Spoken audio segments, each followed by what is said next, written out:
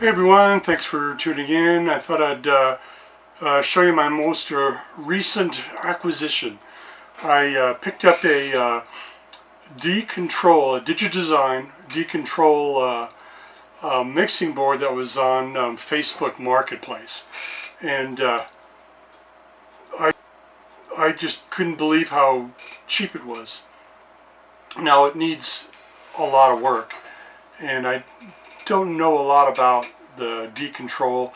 I usually use PreSonus Studio One, and I knew Digidesign is an Avid Pro Tools type thing.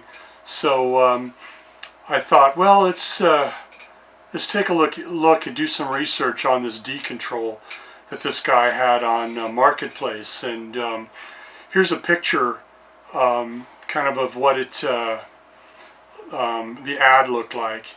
And it's just this, boxes of wires and cables, and no stand with this thing. And the guy was asking $1,500.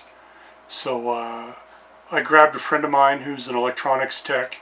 Shout out to my friend Kevin, and to see if he would want to go and kind of check it out with me. So we went down there.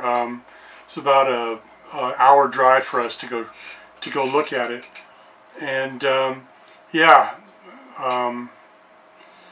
pretty abused machine for something that went for, in 2013, everything that this guy was selling for $1,500 would have cost you about $140,000 or something back in 2013, and just kind of didn't make sense that this guy even still had this thing.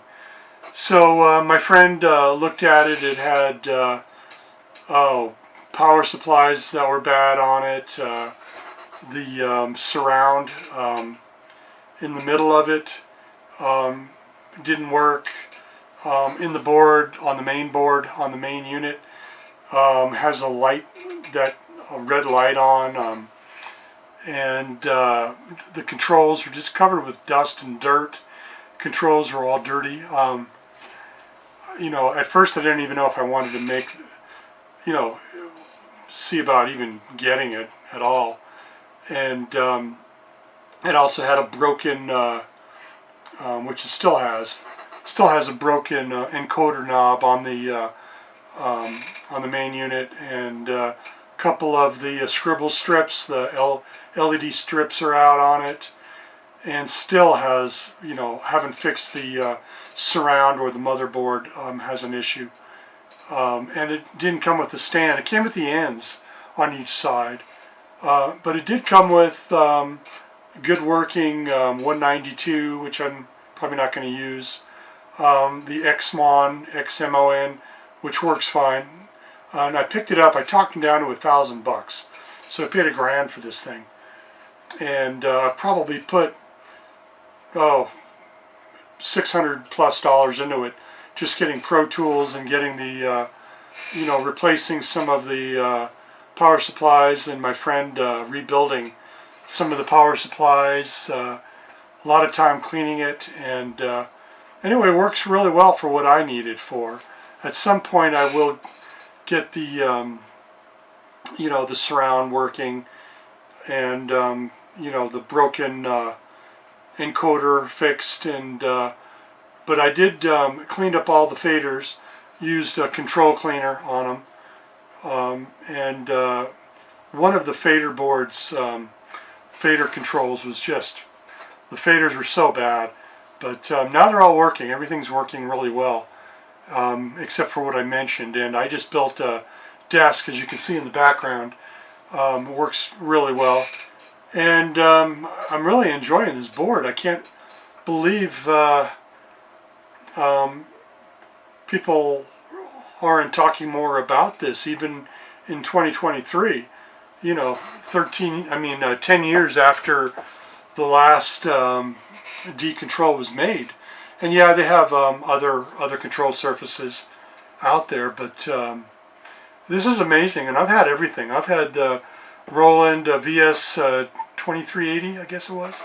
My last board was the Tascam's DM 4800. I really liked that board. It was amazing. But they're all kind of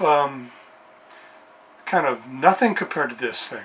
This thing, you hardly have to look at your screen. I mean, the thing's got controls for everything. I mean, no other control surface that I know of does all of this. And I've got 48 channels of flying faders for $1,000. Well, now I'm almost into it, about $1,800 or something like 17, something like that. And there are other things I'd like to get on it too.